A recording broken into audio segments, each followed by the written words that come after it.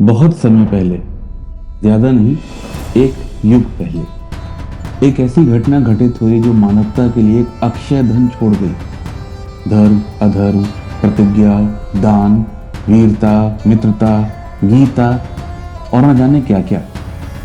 हर पहलू में सीख थी, हर कथा में एक संदेश।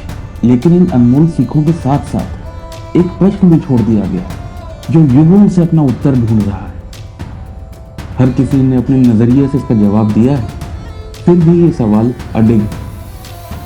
जितना पुराना ये सवाल था उतना ही नया आज भी है, और आज भी कभी न कभी चर्चा का हिस्सा बन ही जाता है।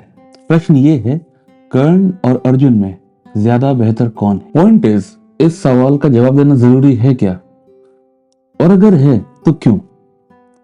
आपके सवाल की अहमियत तभी समझ में आएगी जब हम लोग ये समझेंगे कि सवाल के पीछे आपकी नीयत क्या है। इसे थोड़ा और मजेदार बनाते हैं, और क्योंकि हम लोग मानने में, बिलीव करने में, इमेजिन करने में एक्सपर्ट तो हैं ही, तो बस मान लीजिए 2 सेकंड के लिए कि कर्ण और अर्जुन में से कोई भी एक पलट के पूछ ले कि क्यों जानना है बेहतर कौन था। क्या करोगे जान के बेहतर कौन था? तुम आर्चरी करते हो? नहीं। क्या तुम अपनी जो भी करते हो, क्या उसमें तुम टॉप 2 में आते हो?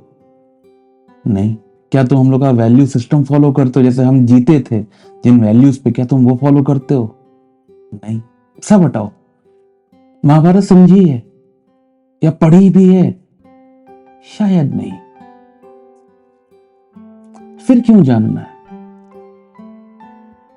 और लास्ट में एक और चीज कि ये सवाल पूछने वाले तुम होते कौन हो? Like who are you? ऐसा क्या है जो तुमको ये सवाल पूछने के लिए एलिजिबल बनाता है, that you can ask this question? अब बताइए क्या जवाब देंगे? होता क्या है नॉर्मली कि हम लोग जब कोई सवाल करते हैं तो हम एक्सपेक्ट करते हैं कि हमारे सवाल के रिस्पॉन्स में हमको जवाब मिल जाए। अगर वो जवाब हमारे बिलीफ सिस्टम के हिसाब से होता है तो हमको सही लगता है, नहीं होता तो हम उसको गलत बोल देते हैं या लड़ लेते हैं, बहस कर लेते हैं, जो भी हमारी बुद्धि हमको अलाउ करती है हम लोग करना शुरू कर देते हैं। तो क्योंकि नियत की जो बात हो रही थी कि आपका क्वेश्चन कितना वैल्यूएबल है, इस पे मैटर करता है क्वेश्चन पूछने के पीछे की नियत क्या है, और नियत में कहीं से भी कुछ आप सीखना चाह रहे हैं ये तो नहीं झलक रहा है। और जब सवाल के बदले में जवाब नहीं आके एक सवाल ही आ जाए तो थोड़ा सा प्रॉब्लम होती है। क्या आपका सवाल पूछना गलत है? नहीं।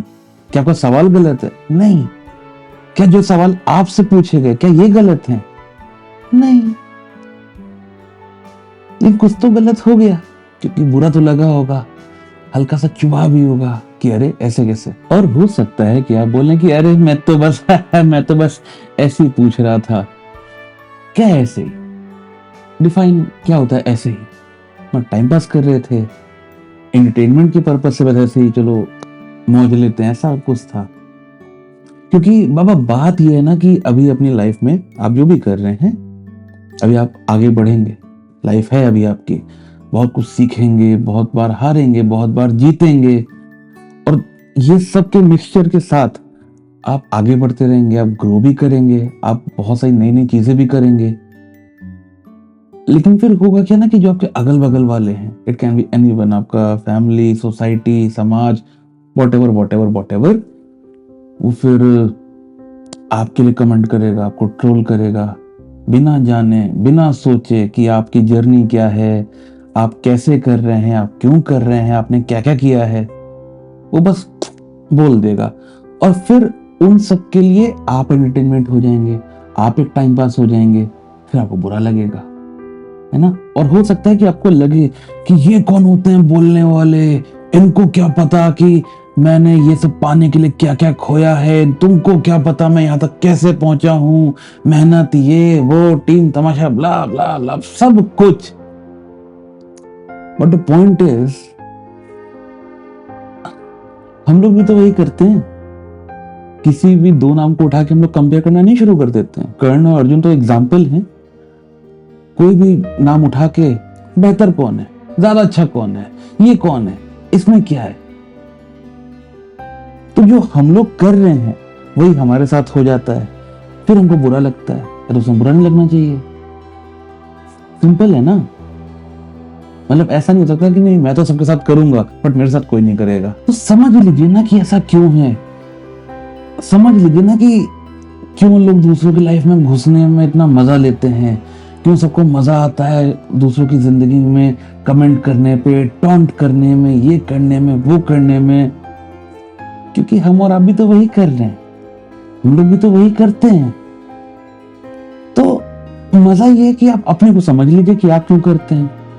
जैसे आप ये समझेंगे आपको सब समझ में आ जाएंगे, और जब आपको समझ में आएगा तब आपको ये भी समझ में आएगा कि जब खुद की लाइफ बोरिंग होती है, डल होती है, कुछ नहीं होता, मजबूर हारी हुई जिंदगी होती है, तो दूसरों की लाइफ बहुत एंटरटेनिंग लगती है, उनके बारे में बात करना में बहुत मजा आता है, खासकर नेगेटिव।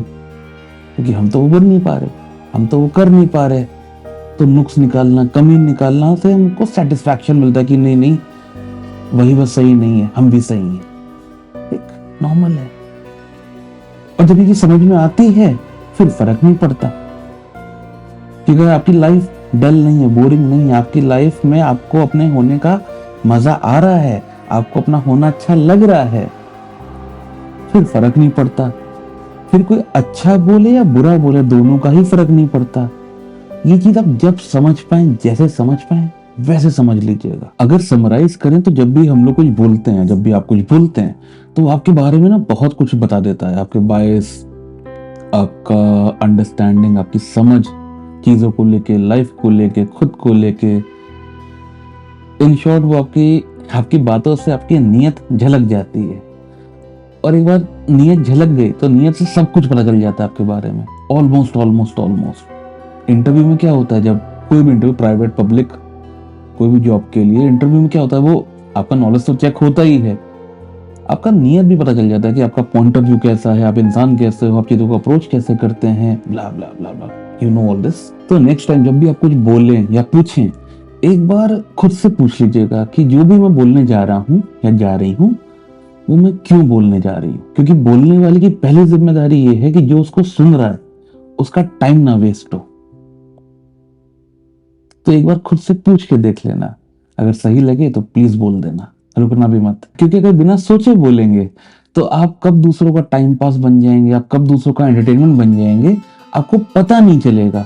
और जब आपको पता चलेगा ना तो आपको फिर थोड़ा दुख सा हो जाएगा, आपको बुरा सा लग जाएगा और आप जान नहीं पाएंगे क्यों लग रहा है। तो जो क्यों लग रहा है बाद में कभी पूछें तो इससे अच्छा बोलने से पहले क्यों पूछ लिया करिए कि मैं बोल ही क्यों रहा हूँ। सिंपल है ना। अगर खुद को पाना है तो शुरुआत भी खुद से करी जा सकती है। तो नेक्स्ट टाइम बोलने से पहले ना एक बार अपने आप को सुन के देखिएगा, उससे आप बोलना और सुनना दोनों सीख जाएंगे।